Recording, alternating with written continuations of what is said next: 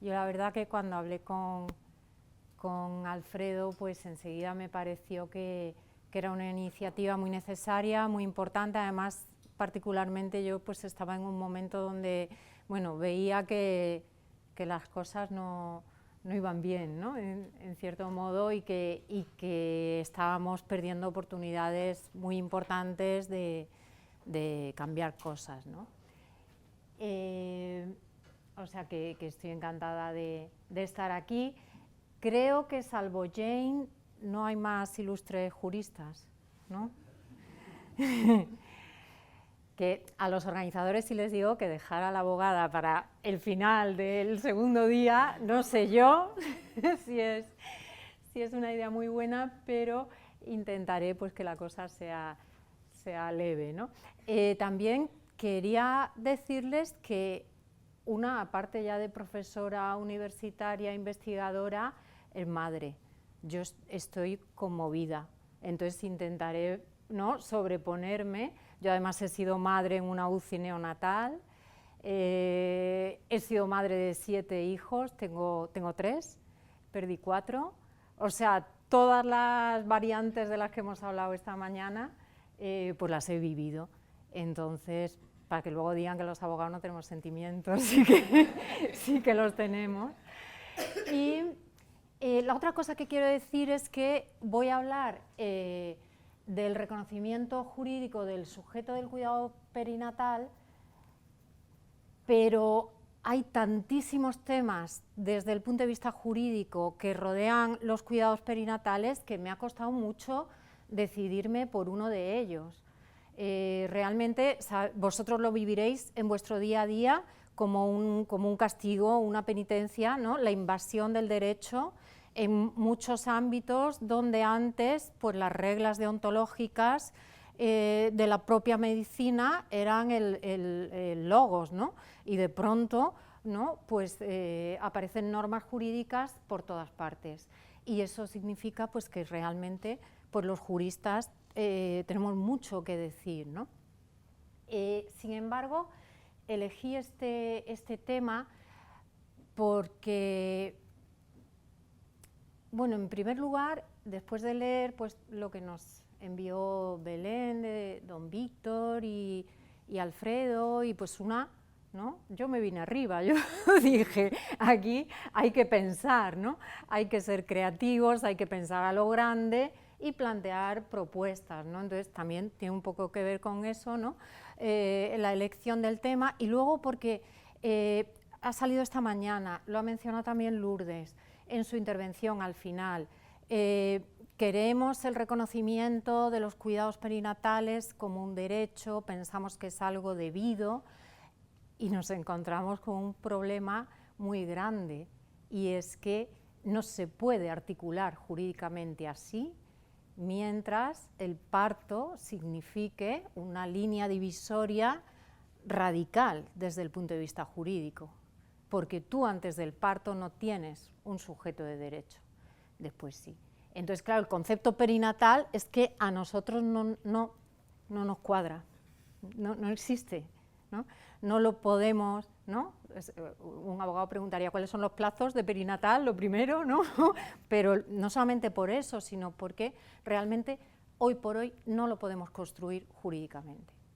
Y eso me parece que es un problema importante, ¿no? Un problema de fondo que hay que abordar de alguna manera, ¿no? Porque esa demanda está, ¿no? Esas son un poco las cosas que pensaba compartir con vosotros.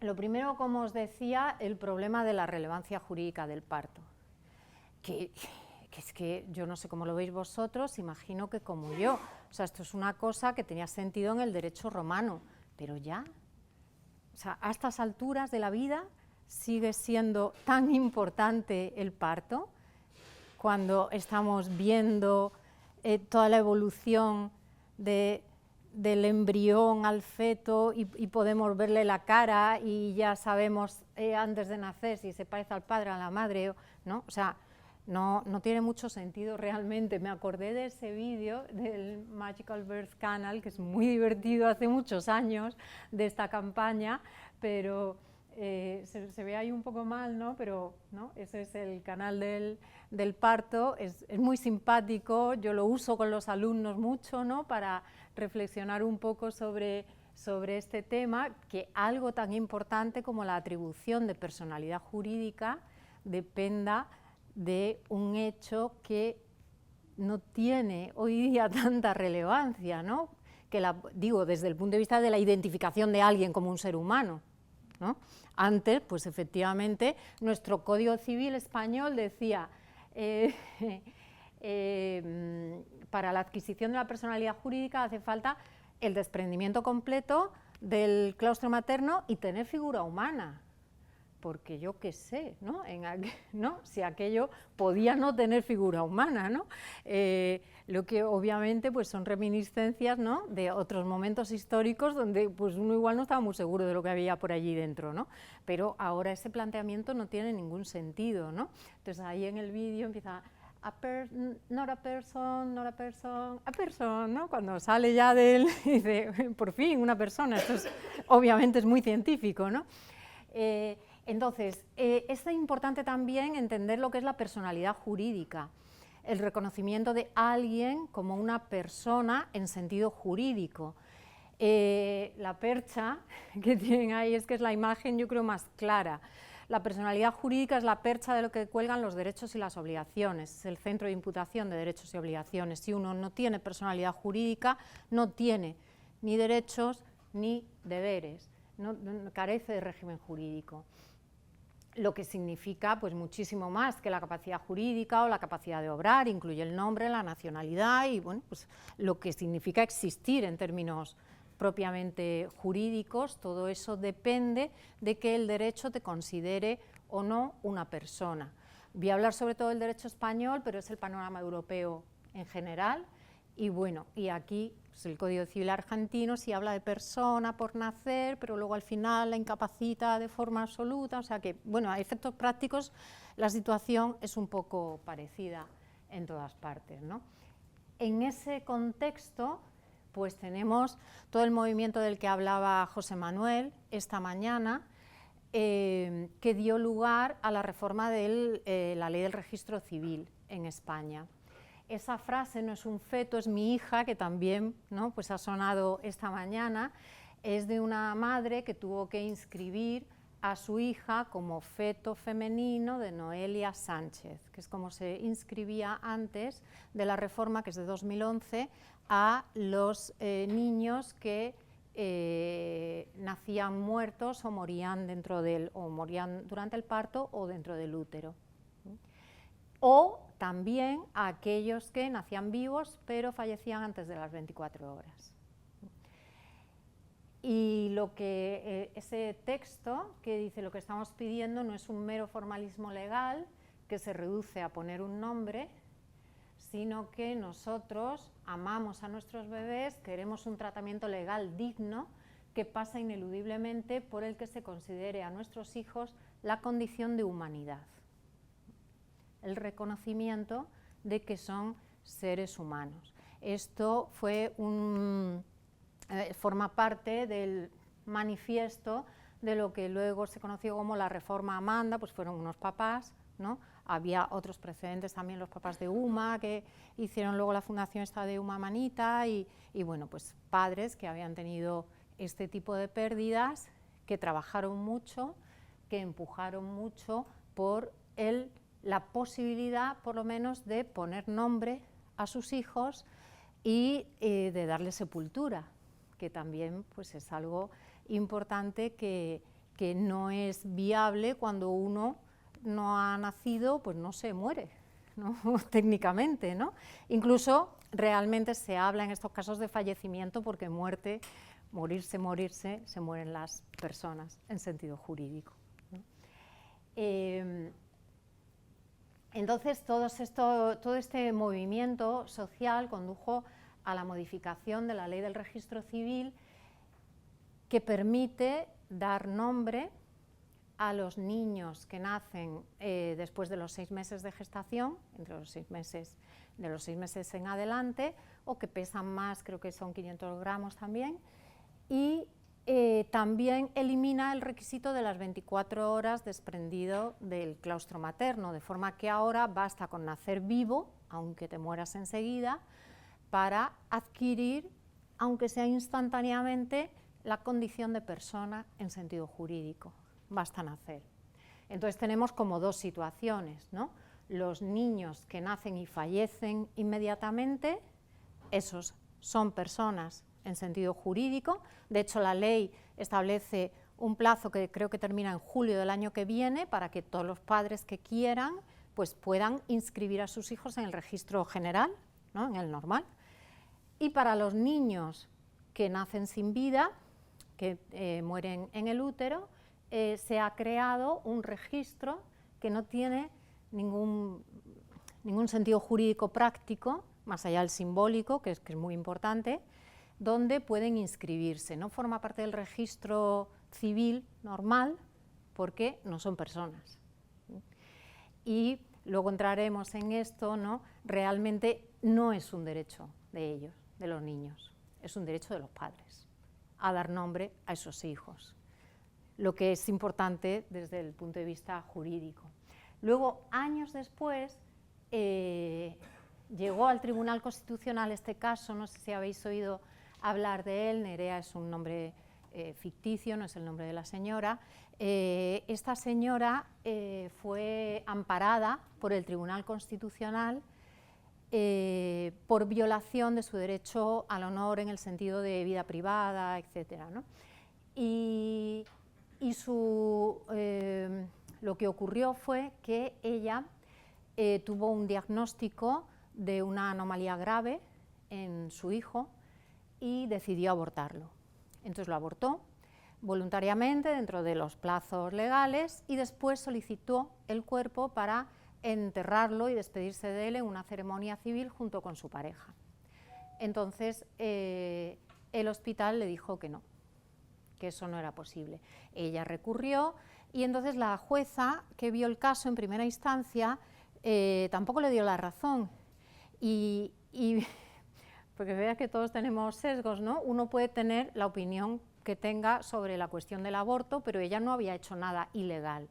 Entonces, la comparación que hizo la jueza en primera instancia fue usar el caso de una mujer musulmana que había tenido un aborto natural y que pidió también los restos de su hijo para enterrarle de acuerdo con el rito musulmán. Y entonces consideró que eran dos casos completamente distintos y que lo que había valido para el primero no aplicaba para el segundo, pues porque ella se había voluntariamente decidido abortar al hijo, la ceremonia no era religiosa. Sinceramente, eso jurídicamente no tenía por dónde cogerse, ¿no? Es un caso claro de discriminación, yo creo, ¿no?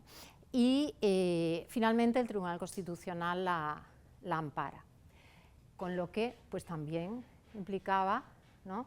Porque en este caso además el feto no superaba los 500 gramos, entonces como que no había obligación por parte del hospital, pero tampoco nada impedía que se los hubieran dado si ella los pedía, ¿no?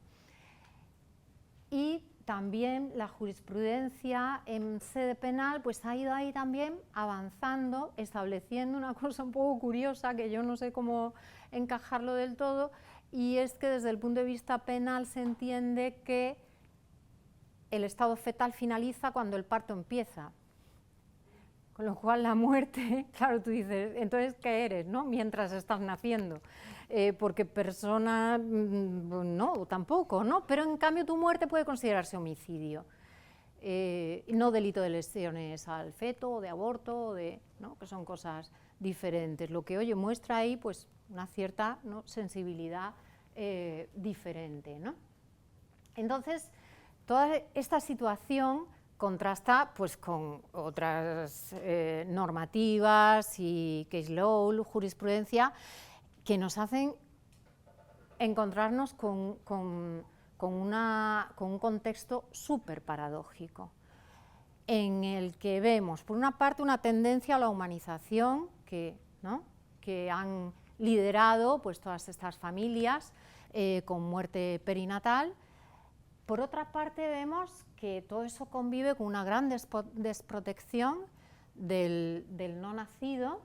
La ley del aborto se ha reformado recientemente en España, el año pasado, aunque no afecta a los supuestos. En España el aborto es libre hasta la semana 14, hasta la semana 22 es legal por graves enfermedades o patologías del feto o por riesgo para la salud de la madre, y hasta el final del embarazo por patologías incompatibles con la vida o diagnóstico de enfermedad grave e incurable en el momento del diagnóstico. Entonces, ese es el panorama. Eso no cambia, pero bueno, sí cambia sobre todo, tanto con la ley como con las dos sentencias del Tribunal Constitucional que han avalado la constitucionalidad de la ley. Cambia algo que yo creo que es bastante importante, que es la consideración del aborto como un derecho de carácter constitucional vinculado al libre desarrollo de la personalidad, etcétera, ¿no? Y eso sí me parece un cambio cultural importante, y que va obviamente en la dirección de desprotección jurídica de la vida no nacida. Y tenemos también la jurisprudencia del Tribunal Europeo de Derechos Humanos, pues bueno, que tampoco ayuda particularmente, ¿no? Simplemente traigo aquí a colación el caso de Vaux contra Francia, no sé si lo conocéis, pero es también como muy paradigmático de esta situación, pues la señora Vaux no quería perder a su hijo. La señora Vaux fue a hacerse la eco de las 20 y la confundieron con otra señora Vaux, que tampoco hablaba francés, porque eran las dos vietnamitas, que iba a retirarse un DIU. Entonces le hicieron la maniobra de extracción del DIU y a consecuencia de eso, a los 2 o 3 días, el feto falleció. Era un varón. Entonces, ¿ella qué quería? Obviamente eso está tipificado, es un acto ilícito, el médico respondió, pero ella quería que la muerte de su hijo fuera un homicidio, que es la muerte de una persona, y eso no lo consiguió. O sea, quería ese reconocimiento, ¿no? Como veis, el derecho tiene una fuerza simbólica brutal, ¿no? Que no podemos menospreciar, ¿no? Y la gente no solamente litiga por cuestiones patrimoniales, litiga por cuestiones de reconocimiento. Y en ese caso, ¿no? Es curioso porque siempre pensamos que la desprotección de la vida neonatal pues, tiene que ver también con la voluntad de la madre, que quiere terminar, ¿no? Por las razones que sean, con la vida de su hijo, que no desea tener ese hijo en ese momento. Pero lo cierto es que también opera para madres que no están en esa situación, pero que se ven afectadas por el régimen jurídico que tiene el nasciturus. Pero lo más curioso es que también vemos casos de hiperprotección de la vida, antes del nacimiento, que lo pongo entre comillas porque luego veremos que hiperprotección nada, no se protege realmente al nasciturus, ¿no? Perdón por lo de nasciturus, pero es que los juristas lo llamamos nasciturus siempre, ¿no? La última sentencia del Tribunal Supremo Español de un caso de una gestación subrogada, que sería otro tema interesantísimo de cuidados perinatales, desde el punto de vista jurídico, que Lourdes y yo hemos trabajado mucho, es muy interesante porque, claro, en ese caso tú ves una protección a ultranza de ese embarazo que vaya bien, pisoteando la dignidad y los derechos de la mujer gestante de una forma verdaderamente alarmante. O sea, el tribunal es muy... Dice el Tribunal Supremo cosas en esa sentencia como que no es preciso un gran esfuerzo de imaginación para hacerse una cabal idea de la situación económica y social de vulnerabilidad en la que se encuentra una mujer que acepta voluntariamente someterse a ese trato inhumano y degradante que vulnera sus más elementales derechos a la intimidad, integridad física y moral, y a ser tratada como una persona libre y autónoma dotada de la dignidad propia de todo ser humano. ¿Todo eso para qué? Para que el niño no sufra. No puedes comer no sé cuántas cosas, no puedes moverte, no puedes tener relaciones sexuales, no puedes hacer absolutamente nada, ¿no? También ocurre, por ejemplo, en algunos estados de Estados Unidos, en casos de contratos de subrogación, donde es posible la inscripción registral previa al nacimiento. Lo que es como, también es como, ¿no? Entonces, para amarrar la cosa bien, tú, según firmas el contrato, inscribes al niño a tu nombre en el registro, a un niño que no ha nacido, obviamente, todavía. Luego, en todo lo que rodea la reproducción humana asistida, pues también vemos situaciones donde dices, aquí vamos a garantizar 100%, ¿no? Que este embarazo vaya adelante y y vaya todo bien. Los diagnósticos genéticos plantacionales en España se hacen como churros, parece que nadie ha leído lo que dice la ley. Hay sistemas que te permiten monitorizar cómo se va dividiendo el embrión en tu móvil, tú lo vas viendo y vas viendo también, ¿no?, si hay varios, pues cómo, ¿no?, cómo va respirando cada uno, entonces, ¿no?, intentas elegir el mejor, etcétera, ¿no? O sea, son extremos en los que incluso vulnerando derechos ajenos se trata de proteger, ¿no?, a toda costa ese embarazo. En el fondo, la lógica es la misma. El derecho al hijo y el derecho al aborto son dos caras de la misma moneda. Es la lógica del dominio y del control de nuestra generación sobre la siguiente. Es algo inaudito en la historia del derecho y ¿no?, porque en realidad es, yo tengo un hijo cuando lo quiero, cómo lo quiero, si lo quiero bien, si no lo quiero, también bien. Depende 100% de mí, tanto en el exceso de desprotegerlo como en el de hacer todo cuanto se pueda para garantizar su venida al mundo, pues, de la forma más sana posible, ¿no? A mí me gusta mucho usar en esto a Habermas, porque me parece que tiene un planteamiento que nos da un argumento frente al que la sociedad en general es bastante sensible, que es la discriminación intergeneracional de una generación respecto de la otra, ¿no? O sea, él defiende esta tesis en un librito que es básicamente sobre diagnóstico genético preimplantacional, pero hay cosas que son extrapolables en general, ¿no?, a la actitud que tiene nuestra generación respecto a sus hijos. Él dice, es hora ya de volver a hablar de nuestros hijos en segunda persona. No lo estamos haciendo. Estamos estableciendo una relación con ellos en los que primero les privamos de un origen contingente que desde su punto de vista pues es algo que perturba mucho, que impide, ¿no?, una autocomprensión moral correcta, ¿no?, de uno mismo. Y luego, pues sobre todo, que esa relación no está establecida en el marco de la lógica de un don, que es la única forma libre en la que las personas pueden venir al mundo, sino de una lógica de dominación, de control. De forma que en la misma situación podemos nombrar a un hijo. D'Agostino, yo recuerdo que decía cosas maravillosas sobre eso de dar un nombre, ¿no?, con todo lo que eso significa, ¿no?, de reconocimiento de otra persona a la que igual le das tu nombre o el de tu padre o el de, ¿no? Y también lo podemos matar, es igualmente legal, lo que es bastante absurdo, ¿no? Y sobre todo, ese o y quiere decir que a veces hacemos las dos cosas, como Nerea. Y eso hay que entenderlo también, o sea, y no hay que estar ahí con el dedo diciendo, no, eres malísima, ¿no? Has matado a tu hijo, ahora le quieres enterrar. O sea, hay que entender también la situación en la que se encuentran esas mujeres, ¿no?, en las bolsas estas de presión de las que hablaba Alfredo. O sea,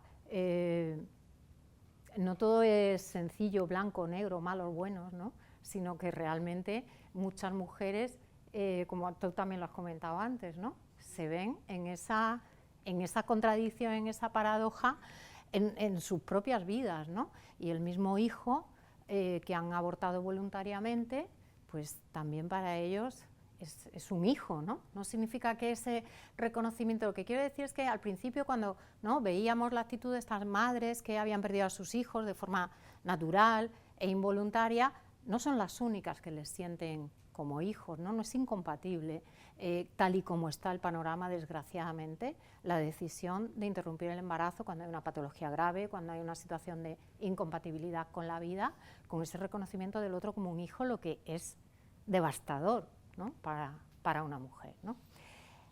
Entonces, esto es lo que hay. A mí me gusta mucho destacar las situaciones que son paradójicas, porque yo creo que esto lo ve cualquiera que no tenga mucho sesgo, ¿no? Entonces, ¿cuál sería la propuesta? La propuesta tiene que pasar porque el parto no puede seguir siendo algo tan relevante jurídicamente, porque no tiene realmente ningún sentido hoy día, ¿no? la propuesta que yo planteo ahí, ¿no? Estamos trabajando en ella, es convertir la corporeidad en el centro de imputación jurídica. Eres una persona si tienes un cuerpo humano. Ya está, ¿no? Lo que puede parecer un poco descabellado, pero no tanto, ¿no? Lo voy a explicar como súper rápido, ¿no? Primero porque ya se ha empleado, ¿no? Hay un caso muy conocido que es Brustel contra Greenpeace, no del Tribunal Europeo de Derechos Humanos, sino del de la Unión. Es un caso de unas patentes, un caso muy complejo, ¿no? Este Brustel pues es un señor que quería patentar un procedimiento que además era para, ¿no?, curar patologías del ojo, de la córnea y no sé qué, bueno, en las que se usaban células madre de origen embrionario. Y entonces Greenpeace le demanda, porque la directiva de patentes dice que no se puede patentar seres humanos. Y aquello, pues no se sabía muy bien si era un ser humano o no.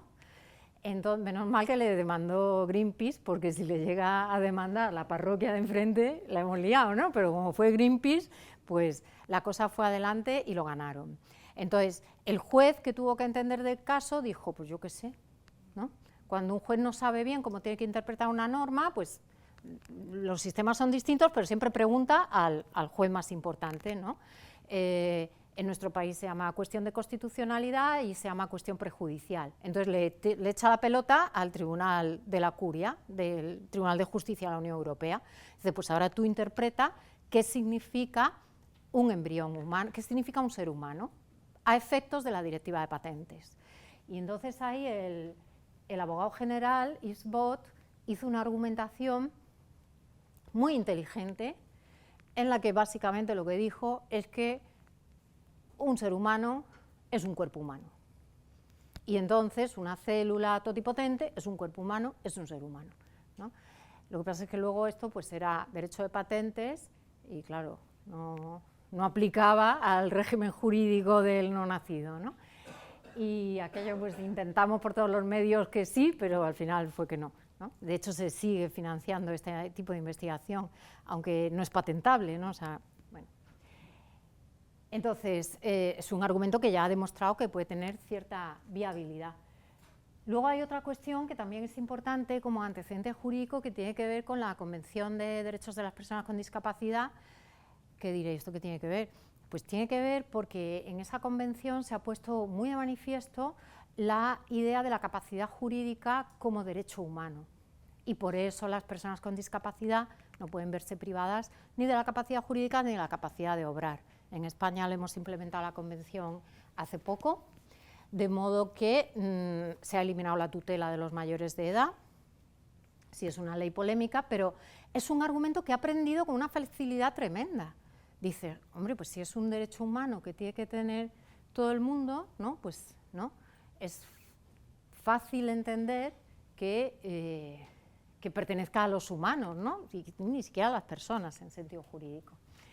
Y luego, sobre todo también hay una ocasión, o sea, estamos ahora en un momento donde no solamente por toda esa sensibilización respecto a las muertes perinatales, que cada vez es mayor, sino también por toda la cuestión de la inteligencia artificial, que también diréis, esto no tiene nada que ver, tiene mucho que ver, porque la irrupción de la inteligencia artificial ha generado un debate muy importante sobre el significado de la personalidad jurídica, si el algoritmo tiene que tener algún derecho o no, por lo menos los de propiedad intelectual, ¿no? ¿no? Y el reconocimiento, ¿no?, de esos trabajos que te entregan los alumnos y que los ha hecho el ChatGPT, pero que le corresponde, ¿no?, al algoritmo. Realmente hay un debate sobre quién puede ser titular de derechos, otra vez. Y entonces es una ocasión fantástica. ¿Por qué? Porque, bueno, una de las ideas, ¿no?, que sostiene la fe en ese momento de singularidad, ¿no?, que es como lo de Odisea en el espacio, ¿no?, básicamente, o sea, es una inteligencia generativa, autoconsciente, tal. Hay una idea fuerte, es la irrelevancia por completo del soporte, ¿no?, del soporte del algoritmo, y de alguna forma, si nosotros nos vamos al final a, ¿no?, a a convertir, ¿no?, en una especie, ¿no?, de hardware, de software que tú vuelcas, ¿no?, en otro tipo de soporte, es porque tu cuerpo es indiferente, ¿no? Y claro, esa idea está siendo ahora mismo súper contestada a través de muchísimos argumentos, pues, de neurocientíficos, Damaso, ¿no?, que escribe cosas que los de letras podemos entender, ¿no? Tiene un libro que se llama El error de Descartes, que trata fundamentalmente de esto y de la importancia del cuerpo en la configuración de la identidad de la persona. Entonces, cuando tú te veas en la tesitura de buscar una forma de evitar que el algoritmo tenga el mismo estatus jurídico que tú, no puedes cifrar la personalidad humana en la conciencia o en la autoconciencia, porque más autoconciencia tiene la máquina. Entonces, habrá que buscar soluciones. Y la cuestión de la corporeidad yo creo que puede ser algo importante, ¿no?, en ese sentido. Herramientas conceptuales las estamos trabajando a la hora de, ¿no?, de montar esa teoría mucho en la filosofía de Julián Marías, porque nos parece que es muy potente. Él habla del cuerpo como instalación vectorial y no voy a entrar, pero bueno, de alguna forma supera todo ese debate entre soy un cuerpo, estoy en mi cuerpo, tengo un cuerpo, ¿no?, y lo hace de una forma muy inteligente y que puede ser muy útil, ¿no? Dice, en el cuerpo se está, ¿no? Es una instalación, estamos en un mundo, estamos en un cuerpo, y de ahí que la vinculación entre la identidad, la condición de persona y la corporeidad, pues es como muy fácil. Y ya, para terminar, habría que sobre eso, ¿no?, darle la vuelta a la realidad del embarazo, que yo creo que eso nos falta, o sea, una reflexión filosófica sobre el embarazo. Hay filosofías de todo, ¿no? Me gustó mucho un libro que leí hace ya bastantes años de Malagrinó, que es una filósofa joven, creo, no la conozco, pero es muy bonito porque además la idea de cuerpo nos abre a la alteridad filosóficamente a través del cuerpo. No, filosóficamente no, realmente a través del cuerpo es como nos relacionamos con los demás, ¿no? Y desde esa reflexión, ¿no?, la idea del embarazo como esa identidad relacional de un cuerpo y otro cuerpo, ¿no?, que nacen a la vez, ¿no? Ella dice una cosa que es muy bonita y muy verdadera, ¿no?, que la madre da a luz al hijo y el hijo da a luz a la madre, que no existía. Tú eras una mujer y ahora eres una madre, ¿no? Y que me parece que sería también de muchísima importancia para neutralizar la argumentación jurídica clásica, que sitúa el conflicto entre la madre y el hijo, que es mentira. Yo, me vais a perdonar, pero yo creo que en este Tribunal Constitucional Español faltaba una mujer, ¿no?, que tuviera otra visión de las cosas, ¿no? No puedes situar ahí el conflicto jurídico, porque nosotros los juristas vemos un conflicto, lo resolvemos, ponderamos intereses, y tú dices, pues una situación dramática como todas las que hemos visto, ¿cómo vas a obligar jurídicamente a una mujer a seguir adelante, ¿no? Es razonable, pero es que está mal planteado desde el inicio, ¿no? Y está mal planteado porque falta un conocimiento filosófico o una profundización desde la filosofía en la realidad del embarazo, que luego se haga también cultura, ¿no? Pues si se queda en un libro, pues sirve para poco, ¿no? Entonces, bueno, como veis, esto es todo trabajo por delante, ¿no?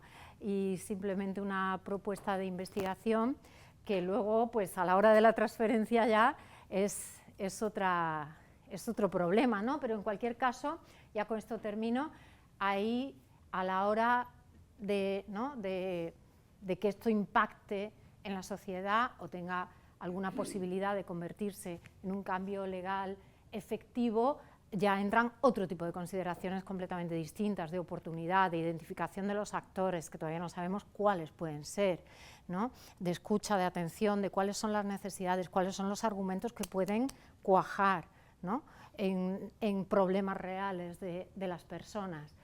Y también dependemos de los operadores jurídicos, ¿no?, y de su sensibilidad. O sea que esto es un camino de años, ¿no?, pero yo creo que hay que pensar que este tipo de cambios grandes y profundos son posibles y que es cuestión de trabajarlos pues con eso, con laboriosidad y con astucia e inteligencia también, ¿no? Nada más. Muchas gracias.